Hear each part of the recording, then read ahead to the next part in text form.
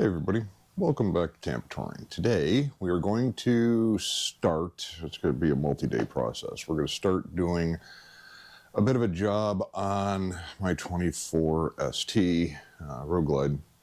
We're going to be doing cam, pipes, tuner, which is already on it, and 6.2 injectors. So I have got, it's the Fullsac MX pipe, which I've run on multiple bikes before. It's actually a very nice pipe, and a pile of parts. So I'm running a TTS-190 Cam, fueling lifters. The lifters have been soaking and vacuumed out to get the air out of them already. Obviously, gaskets. I'm going to be doing something I haven't actually done before. I've always, in the past, when I've done cam jobs, I have done adjustable push rods, right? In this case, I'm going to try to do it the wrong way, or the more work way, which is pulling the rocker box covers off and taking the push rods out, putting the cam and everything in without disturbing the push rod tubes and everything, put the stock push rods back in. Now, TTS's tune for this is set up, what they've done in their tuning, their out of the box tune for it, right? Their starting map is with the MX head pipe. It is with 6.2 injectors, obviously the 190 cam, and tab 50 cals with 1.75 louvered baffles. I have the same setup basically going in with the exception of the mufflers, because I am running tabs, BAM sticks with zombie baffles. So that's a little bit of a difference. So I'm going to get this thing up on the lift, on the jack, and take the saddlebags off. I've got to, because I got to get to the rocker boxes and to the injectors, I've got to pull the tank off. So there's no, real way around that. So I got to pull the air deflectors off. I got to pull the tank off. I got to pull the floorboard on that side off. I got to pull the saddlebags off. All that kind of fun stuff. So I'm not going to bore you with that. Everybody in the world, I think, hopefully at this point knows how to take out a few screws and how to take off a saddlebags and side covers and pull fuses and all that crap. So I'm going to get to getting that done, and once I've got the bike kind of stripped down a little bit, I will discuss a little bit on the tank, because the 24s, 23 and a half up bikes have another vent line that runs down underneath the tank that's actually connected to the tank, yet connected to the frame as well, and some clips. So that's a little bit of a job. Now, unfortunately, I have probably half a tank of fuel in there, which is way too much. I really should have it empty to get that tank off, because, gas weighs what? 7 pounds a gallon, and a full tank would be 35 pounds or so. Half a tank, all right, so it's maybe 15 pounds. It's not that bad, but when you've had back surgeries once, you don't want to freaking have to manhandle a tank off of there and all that other crap. But let me get to doing that part of it, and then I will be back with you shortly. Okay, so I thought I'd bring you in here quick. I've got saddlebags off. It's up on the lift. And one thing is, when you go to take these tanks off, it's just like old previous years. You've got to, pull get your fuel out, pull that up, fuel line comes out. Yeah, there's gonna be a little bit of dribble gas, but here's the thing. Since now we've got the fuel pump and everything coming in from the bottom side, there's a wire that runs up, and underneath the tank, right there is a connector. That connector is where it connects into your fuel pump. So you've got to kind of reach up under there and get that sucker out before you can pull the tank off. Now, I've already pulled the bolts off the tank, front and back, but there's also, and I'll get to it when I get to that point, I'll show you, there's a line that runs from the tank underneath, and it's actually in little clips underneath the frame. So that's going to be another little piece of fun. I'll see if I can't get that in, but the next thing here now to get this tank off, because like I said, I'm going to be going and putting in 6.2 injectors, so I need to get in there. And since I'm using the stock push rods, I need to pull these rocker box covers off and pull the rockers out so I can reuse the stock push rods. So there's a few things that have to happen in that. The front engine mounts needs to come off, all that kind of good stuff. The radiator reservoirs in the way of the one front bolt, so I got to get that out of the way, blah, blah, blah, blah, blah. But we'll be back after I get this thing disconnected, if I can get it right now. Tank's up. And that's just a fun thing to try and get to. Now,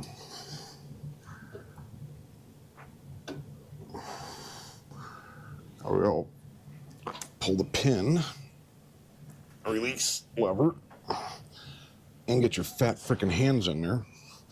That's always fun. Tank just a little bit. Maybe I can get a little more room. All right, where's my plug again? There it is. All right, there we go. All right, so now the fuel pump is disconnected. So you just got to get that thing off, and yeah, we'll be back with some more fun. Okay, so to get the rest of its tank off, there's a vent line that runs right here. It runs up under the tank. Now, that vent line is also in 2 clips underneath the tank along the frame. So it's actually connected in on the frame. So what we need to do is we need to, the rubber connector here, we're just going to disconnect this end from the rubber connector. We're going to get up underneath, lift the tank probably, if I can. And you see it's right here. And it actually, there's a clip here. You can't see it probably very well, but there's a clip here and there's another one in the front. We just need to get this plastic line out of those clips, and then we can, they pop in. If I can get it out. Yeah, okay. There's one. Let's see if I can get the second one. And that's clipped. Okay, so now we can disconnect it from the rubber, and then we can just hang on to this piece and take the entire tank right on off the bike. Should be good to go. I don't think I've missed anything else. At least I hope not. Get this rubber off. There we go. All right, so now holding that in the tank. Now this tank does have some gas in it, but it's not chock full. Get these lines up and out of the way. Okay, you're not coming off. What have I missed? Oh, this front one. Okay. Let me get to that. Let me show you that. All right. So what I did is I forgot to, this is the one that runs under the tank. This one runs down and forward. Need to kind of pop that out of that rubber connector as well. There we go. Now we should be able to get the tank off. At least, let's hope so. And it's off.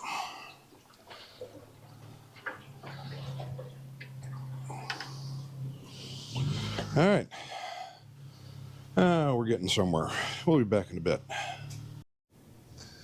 All right, I'm going to bring it back in here for a quick second. So I've pulled the plug wires from both the inners and the outers, because we're going to pull the plugs out of the outers anyways, because we need to roll the motor over in order to get the cam and everything aligned correctly when we go to pull the sprockets off and stuff like that. So we need to be in 6th gear to turn the motor over. What I also did is I unplugged the coil, because it also runs into, it looks like, the map sensor in the back here, and that same harness. And since I got to get in all this in here to get to the injectors, I went ahead and pulled those off. The newer, the M8 Gen 2s, can probably get away without disconnecting the ACRs, which are here and here. I don't know if that one's showing up in the camera or not, but the front one here, because you can get the rocker boxes off without disconnecting them. I'll probably disconnect them anyways just to get them out of the way, make life a little bit easier, especially the rear one. So I'll go ahead and pull those as well. They sit in a, you can see here, there's a clip that it hooks into, so you got to remember to hook that back in because it's kind of impossible to get to without it. We'll just try and tuck that back onto that pin, which is really fun. We'll do it later. This one I think I can get without pulling it out of the pin. Nope, came out of the pin anyways. All right, so those are out of the way. So when we pull the rocker covers off, the ACRs don't have to come out or anything, but the plugs will have to come out.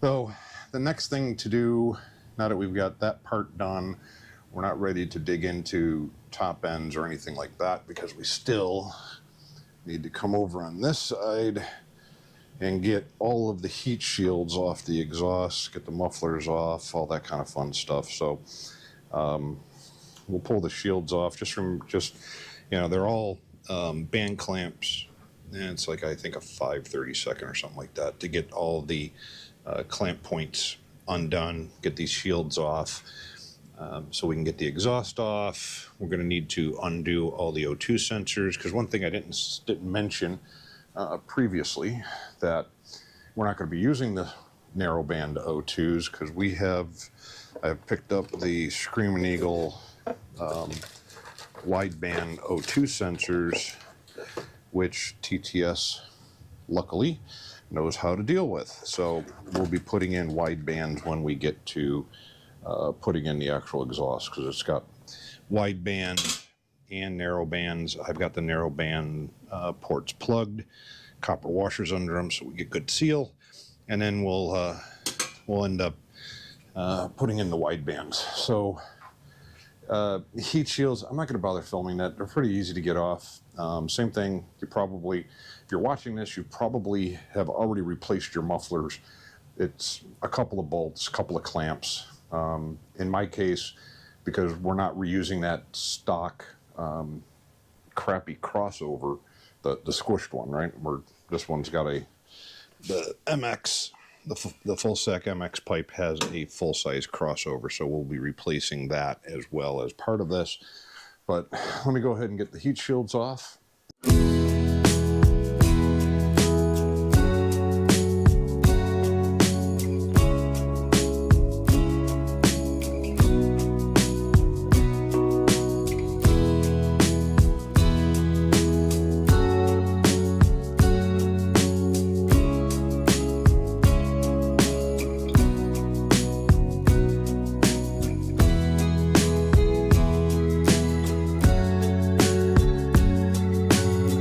Now that I'm profusely sweating, I've got the crossover pipe off of the bike. I now have to get the head pipe off. So and I don't think I can get you in here to see it close enough, but the bottom, let's see, where are we? Oh, no, see, there's so much shit in the way.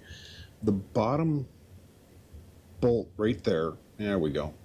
That one is a bitch to get to, and it's almost impossible because of all the crap, especially now with the Gen 2s. There's a water crossover line right here in front, which kind of prevents you from coming in with a swivel. There's no room to get a wrench on there because it's so tight to the pipe. But I have a solution. It might not be an elegant solution, but it's a solution. So what I've got is 1/4-inch drive, short 12-point half-inch on a little mini breaker bar. Now that, and I don't think I can get you to see because it's way too far in, and if I did, well, the camera's going to be in the way of me being able to actually do it. But let's see what we can do here.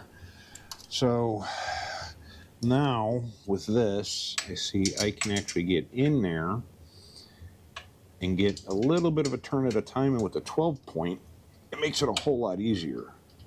So I'm able to get in there and get this one loosened. The top one's not a problem. I can get a deep well socket on that, no problem. Same thing with the rear cylinders are easy. There's a deep well as well. So what I'm going to end up doing here is flipping back and forth between the front and,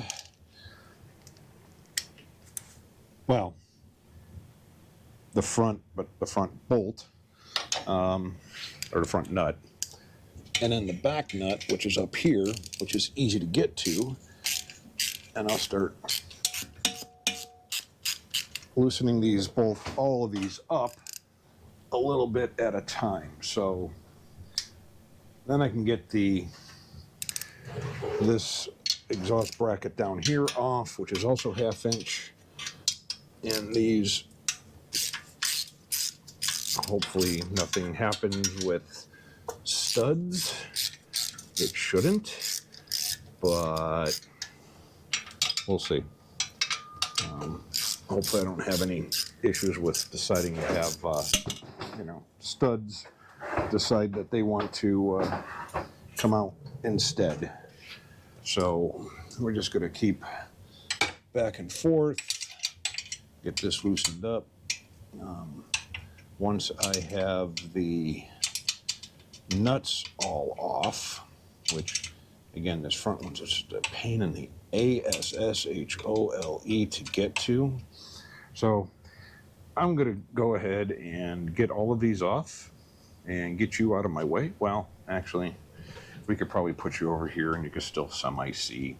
All right. You can skip past this part. It's pretty damn boring. I get it. But it needs to be did. And I am not a professional mechanic. Although I will say that I have done cam jobs on this will be my 3rd bike now.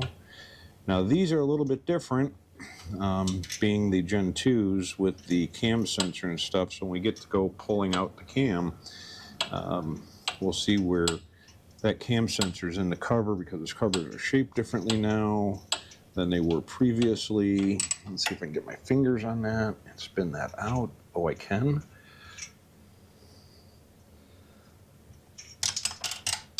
Great, we'll never see that again. All right, and I can get the rest of this front one off. And yes, I pretty much just use hand tools. I'm not a big power tools guy when it comes to doing stuff like this, because I want to be able to feel if something's binding and whatnot. I really don't want to have a stud snap or a bolt snap if I'm using air tools or battery powered tools and stuff like that. So I pretty much do everything by hand. Come on, you're off. There you go. So there is that. Now some guys will just, if you're a shop guy and you do this for a living, yeah, you're probably gonna, break them free by hand, and then you're gonna spin them off with, small Milwaukee impact or something to get them off faster. Because, well, you know what? When you're doing this for a living and you're being paid by the job, depending on whether you're being paid flat rate or you're being paid job rate, you want to be able to get that done as quickly as possible in order to get in and get out, and on to the next job where you make more money again. So, all right, those are out.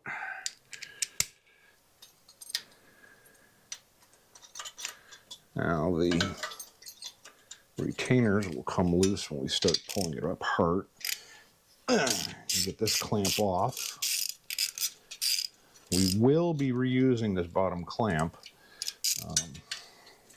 on the Fullsac pipe.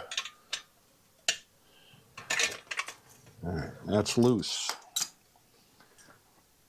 All good. Just get that one that comes free, that one that comes free, and not beat up the heads. Wiggle it out. Okay, so I'm trying to do this with the O2 sensors in place. I'm not taking them out. I've got a Christmas tree bit here. Let me go grab a pry tool Pop that Christmas tree. I need to cut a couple of zip ties with my crappy little, I really need to get a new one of these days. Side cutters. I'm sorry, we can't call them dikes anymore. Thank you, my liberal friends. Get this Christmas tree bit out of here. Come on. There you go. All right. Now, I'll bring you back over here a little bit because we're going to have to get these O2 sensors out.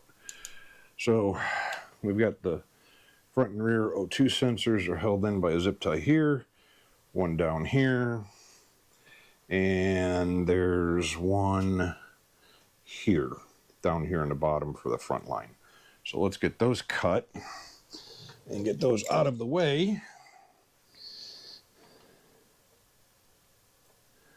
And hopefully remember to put them back when we're done, depending, obviously. We got to route the new wideband O2s as part of this. Fun stuff. That'll be interesting. I will tell you, looking at the instructions that come with that kit, it's somewhat confusing as to what they're actually asking you to do. It sounds like they're asking you to mount it in the front in a little recess where the cool flow fan would go if you had one, with a double-sided adhesive hunk of Velcro. I don't know about you, but personally myself, I don't think it's a good idea. And here, I'll show you what I'm talking about. I apologize, camera bouncing around and stuff. So what they're talking about doing is in this recess here in the frame is mounting it in there. And your front Euro 2s will come into here and it connects to your stock O2 locations. Personally, I don't like that idea of having it right here. If that thing vibrates out and it goes plunk, it's going to be bouncing around. I'm thinking I'm going to pull the battery out and I'm going to mount it on the back side of that a little bit more securely. I've got some like industrial type hook and loop. Velcro's a trademark.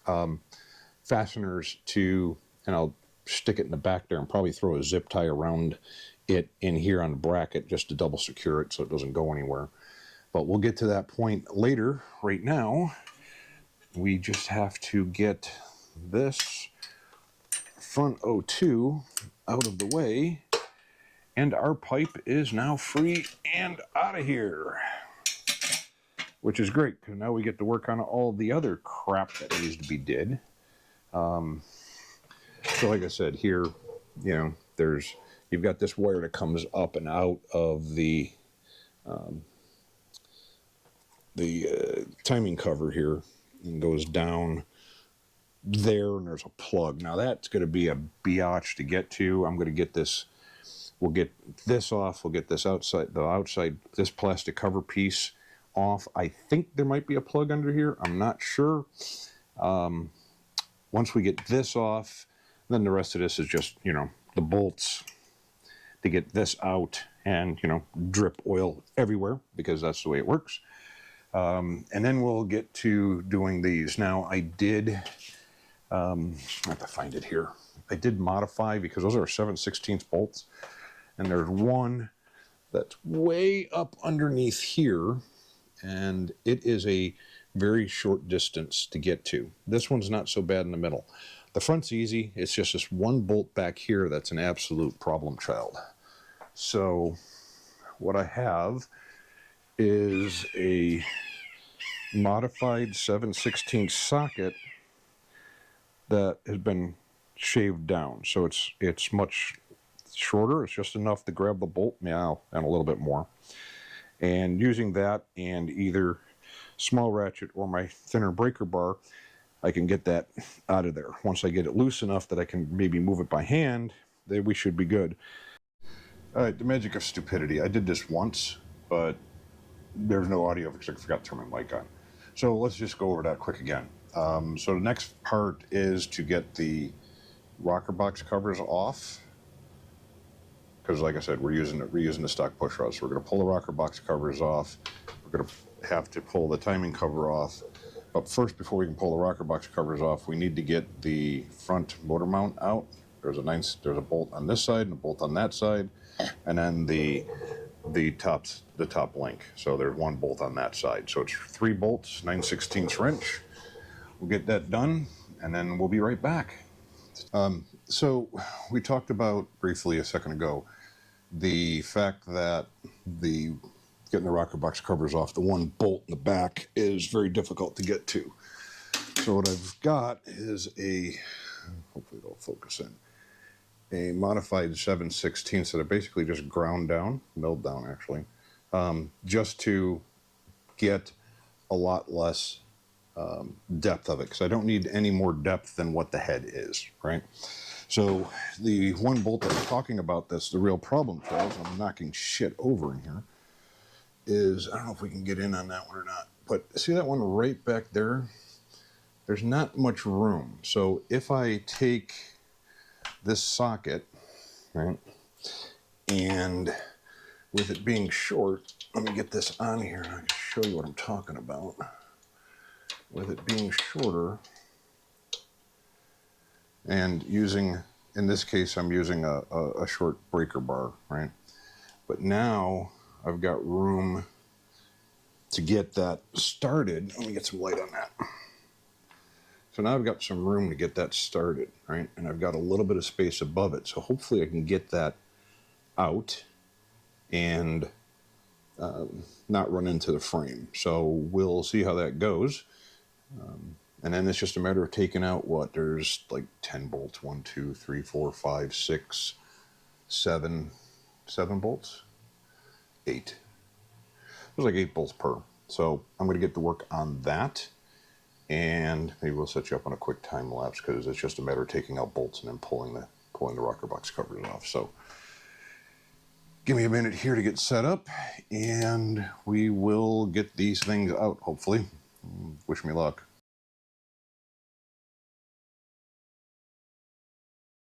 Okay, that worked out darn near perfectly. Got that. Yep, and I dropped it. Well, I'll never see that again. Worked out perfectly. Now there's some thread locker that's on that wire wheel. All these, before I put them back in, and a little bit of blue Loctite, will be good to go. So now it's just a matter of getting the rest of them out. That was the hardest one. Getting that one back there, this stubby little short socketing worked fine. As soon as I could get to the point where I could take it off the little miniature breaker bar, then I could spin the nut out by just using this and spinning it with my fingers. Came right out, no problem. So let's go ahead and attack the other bolts.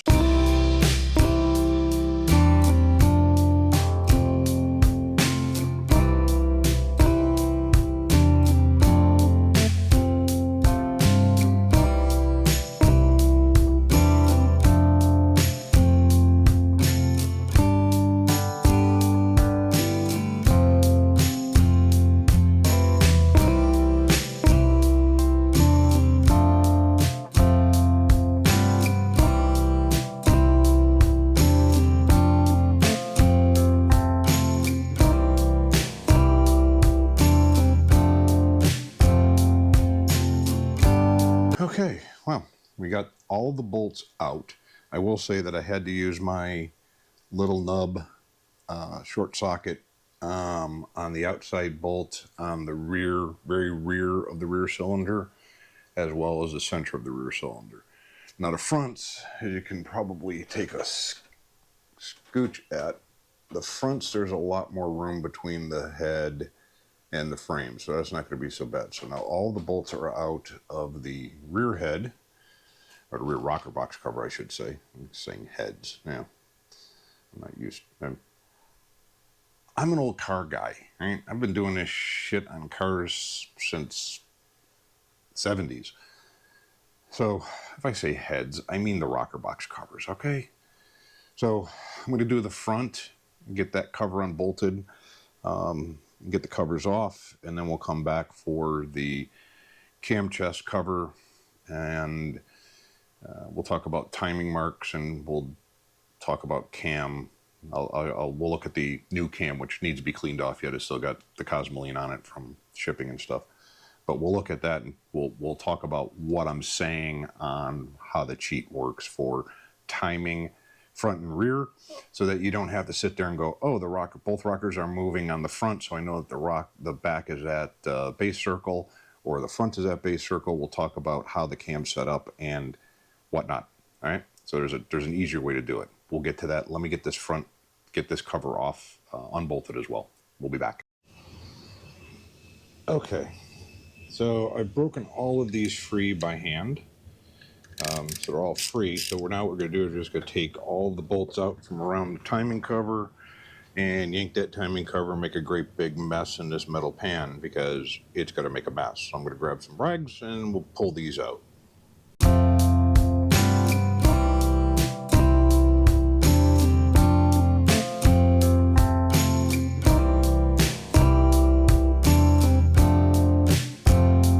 Okay, here's the part where we make a really icky mess pulling this cover off. I got all the bolts out. So now, it's going to need a little persuasion. One moment. Get me a little soft hammer. Give that a tap. Plastic hammer. I don't scuff it up. And it will break free. There we go.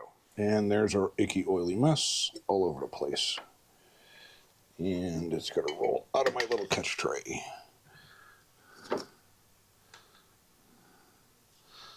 All right, there we go. We've got that off. Now, this does have there's a cam position sensor in here. Rumor has it that it doesn't matter where it gets aligned, but what I'm going to do is when I get move this rear tire, it's in 6th gear. I'm going to get the dots lined up, and then we'll talk about the cheat that I have for you that will make your life probably a little bit easier going forward.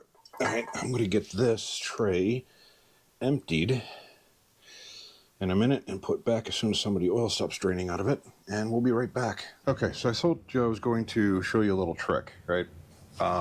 So bike's in 6th gear, rotate the rear tire until both of your timing marks are lined up on the cam and the crank. Let me get you in here and we'll take a look at that real quick. So, nope, probably too much light. So you got both timing dots. Let me see if I can get in there better. There we go. So you got both timing dots aligned, right? So right now, it is on the base circle, right, for the rear cylinder. The front cylinder is on its overlap point, and the rear cylinder is on its base circle. If you rotate it 180 degrees so that that timing mark on the crank is straight where it is now, but that timing mark on the cam is pointing at the top, now you're at the base circle for your front cylinder, okay? Let's go over to the bench and we'll take a look at the cam that's going in now. Yes, I know it's going to be still got cosmoline on it. I'll clean it before it goes in and everything, but want to look at why you can do it this way. Now, if I go ahead and look at, I can take and I can rotate right now. I can turn these, they're spinning, take my word for it. They're spinning, which means they don't have any tension on the valves from the rockers, okay? It's a lot easier to do this way than to sit there, if you're gonna do adjustable push rods and everything, everybody's always like, stick your fingers in the front cylinder, and when they're both moving up and down a little bit, then your rear's at the base circle and you can do your adjustment for your push rod. This is a whole lot easier, right? Because you don't have to sit there and feel for it. Just look at your timing marks. If they're together, you're on the base circle of the rear cam. If it's 180 degrees out, where your crank is up and your cam is up, now you are at base circle for the front. All right, let's go over to the bench. We'll take a look at what I'm talking about. But first, hang on, before we do that, let's just take one little piece that kind of tells you why. Look at the way your covers are set up here for your lifter bores. This one's forward, this one's back, right? So this is your exhaust, this is your exhaust, this is your intake and your intake. Your inboards are your intakes, your outboards are your exhausts. Okay, you see how they're staggered. So let's go over and look at this new cam, and look at the profiles, and we'll talk about a little bit why that is. Okay, cam, right? We talked about the fact that when you've got exhaust, intake, intake. So let's look at this. So if these two, right, let's try and look at the profiling of where the lobes are and where the bases are, right? So do it the easy way, or you can stick your fingers in there and wait for things to move up and down. Now that I have it in time, right, I can remove the rockers for the rear cylinder. I'll rotate 180 degrees. I'll remove the rockers for the front cylinder. It's that simple. So let me get at it, and we'll be back. All right, let's get these out.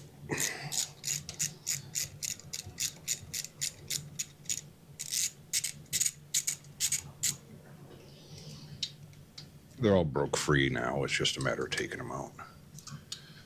I can't get it from this side. I gotta go to the other side.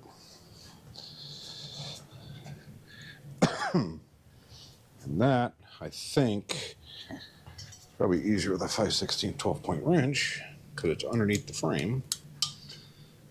Yeah. Yeah, see, once you get them broken free, they just come right out. They spin right out. That's not a problem.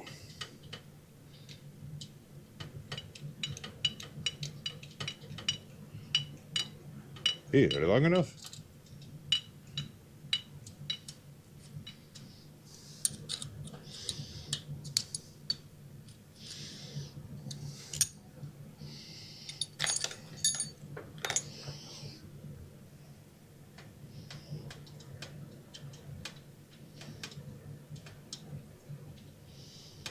Now we go to put these back in, we're going to do this exact same process.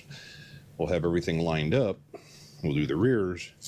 We'll move it 180 degrees out of phase, and we'll do the fronts. All right.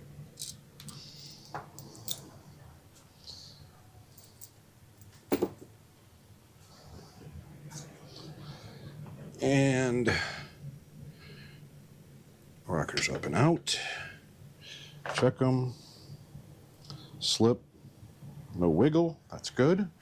This is the rearmost one.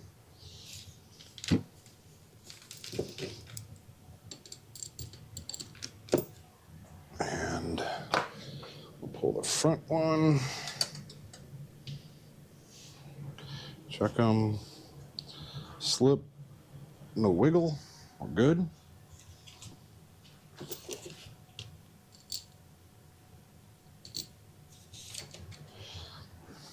Okay, now, Harley in her infinite wisdom has actually color-coded the push rods because they are slightly different lengths for exhaust and for intake. So the exhaust, or your rear valve, your exhaust, is yellow, and your front is blue. So you can't mix them up, and they are slightly different lengths. So if you see, if I hold the tops to where they're even, see the bottoms they're different lengths. So make sure you get them right. Yellow to the back, blue to the front. So now we're going to rinse and repeat for the front, and then we'll attack we'll do the front cylinder, and turn this 180 degrees, and then we should be able to turn the fronts, and then we can attack the cam chest itself. I went ahead and pulled the cam chain tensioner off, and I don't know if it's going to focus in on it, but you can see there's pretty much no wear on it. There's hardly any whatsoever. I mean, this bike really doesn't have a whole lot of miles on it, so it's only got about 5,000 miles. So we don't have to replace that. That's good. I always like not having to replace parts if I don't need to. Now, I do have my handy dandy cam chain tensioner in place, It's a 1/2 inch bolt, 9/16 bolt. Now, I don't believe the cam sensor makes a difference as to exactly where it goes. Now, I've got my dots lined up so I could do this. I did mark with a little bit of marker on the inside there just so I know that that's the down. I'm going to try to put it back together the same way. My understanding is it really doesn't matter. So what we're going to do next, we're going to pull this bolt, or the crank bolt, the cam bolt, take the chain assembly off, and then we're going to pull the bolts behind here for the oil pump, and then the outside bolts for the cam plate, and we're going to take all of that out. And will be a little manipulation after we do that. We'll keep the kind of the cam in. The lifters are going to end up falling out basically because there's nothing on them. So I have rotated the motor around so they're sort of up and out, but obviously they're going to slide back down to their position. So this is, again, first time I've done it this way. I've always used adjustable push rods. I'm trying it this way just for giggles because I've not done it.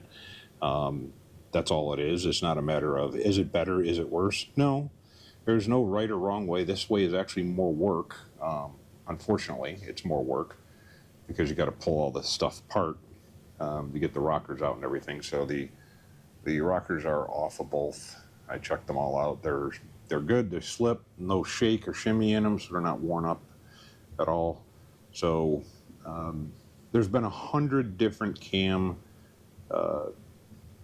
videos out there on doing cams on M8s. If you need that, I'd say go look at one. I'm going to just go ahead and pull this apart and then we'll come back after I've got it pulled apart and go from there. So I'm just going to go ahead and rip this apart. Like I said, you can look up other videos on it. There's 100 of them out there on how to do cams. All of them use adjustable push rods. I'm doing this because I'm doing it without adjustable push rods. Why? Like I said, because I've never done it that way before, so let's try it. You know, what the hell? Can't hurt anything except the motor. Yeah, whatever. So, okay, after making quite the mess, cam is back in and torque is back. Yes, I have the book. So the next thing is now that we're still, our timing dots are lined up, which means our rear cylinder, again, right, is at the point where we can put the, ow, that is freaking sharp. Look at that. Damn. Careful when you're cleaning your heads off. Holy Christ. That metal's sharp. I'll obviously have to clean the surfaces and stuff before I put the, wow, man, that was a nice slice. Before I put the gaskets and the covers back on, but now we're just basically reversing what we did before. So we have our push rods in the rear, and then we'll rotate ourselves around to one full rotation of the crank, which is half a rotation of the cam. So timing mark is at the top, and then we will be able to pull or put in the front rockers. So we're just basically reversing it, so we'll be back when we're done reversing. Some assembly lube on the top of the valve stems as well as on the top of the push rods, because metal on metal, make sure it's lubricated well. So we'll do that and then we'll be back.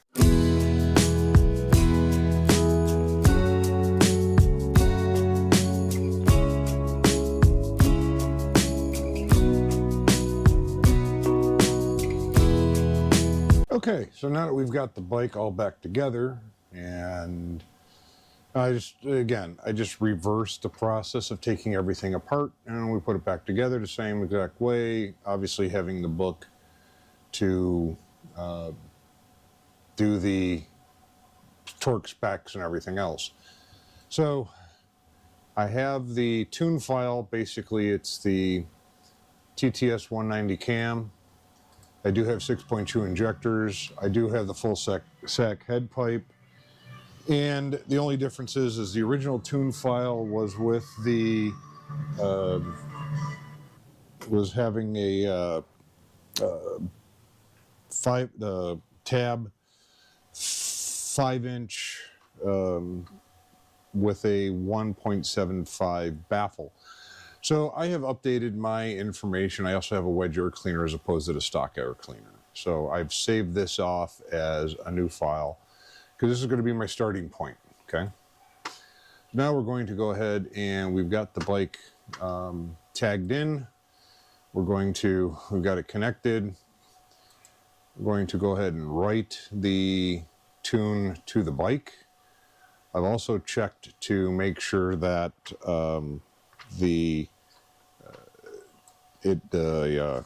what do you call it? The dongle thing is actually up to current specifications, so there's no information that needs to be grabbed from there. So yeah, it's pulling this, it's wanting this. Okay. Grabbing the information, everything's good to go. We're going to now program the ECM calibration into it. And we're going to go ahead and execute. So now this is going to take a little bit of time. We'll go through it. And so in this case, so I don't have postcats. I have cruise control on, automatic compression release. Obviously, it's a newer bike. They all have compression releases. Now, we also have, do you want V-Tune on? Yes.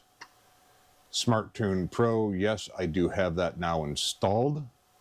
I am not doing dyno cooling and I am not disabling the speed governor at this point. Maybe later, who knows?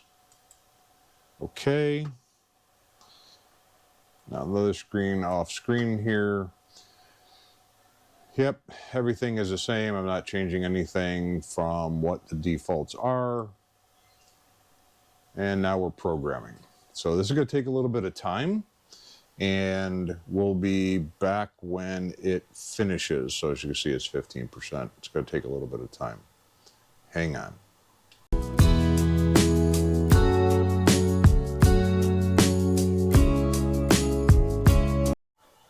Okay, and it is done. So we will go ahead and power it off.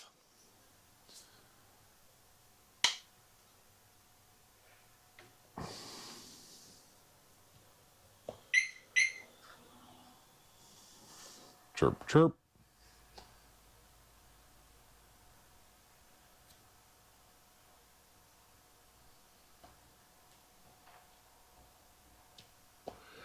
And now we'll power it back on per the instructions.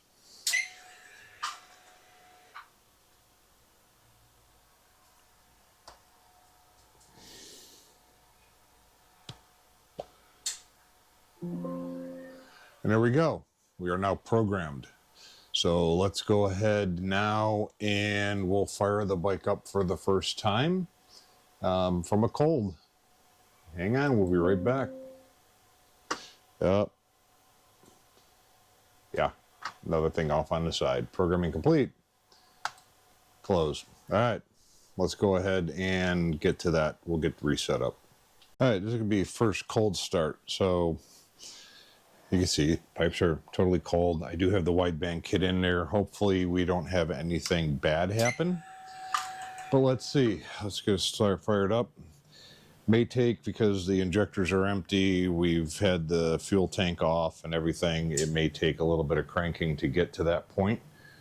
But let's see what happens.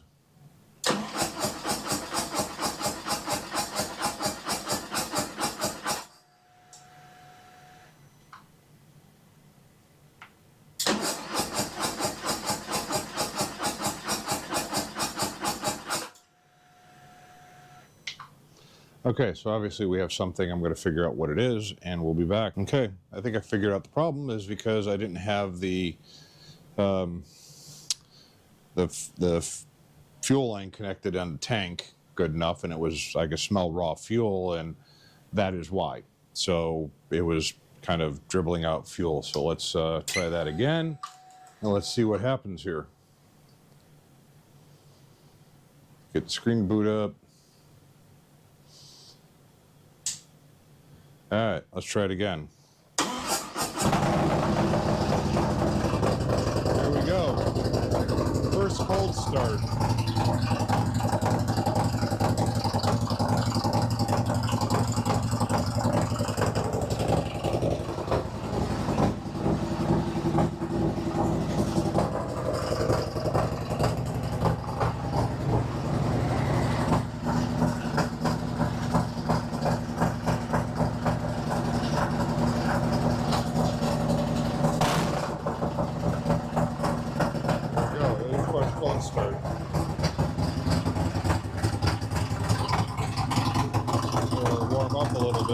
See what we get.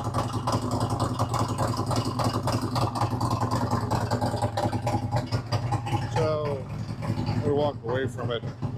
So now the process is going to be running a couple of V-tunes.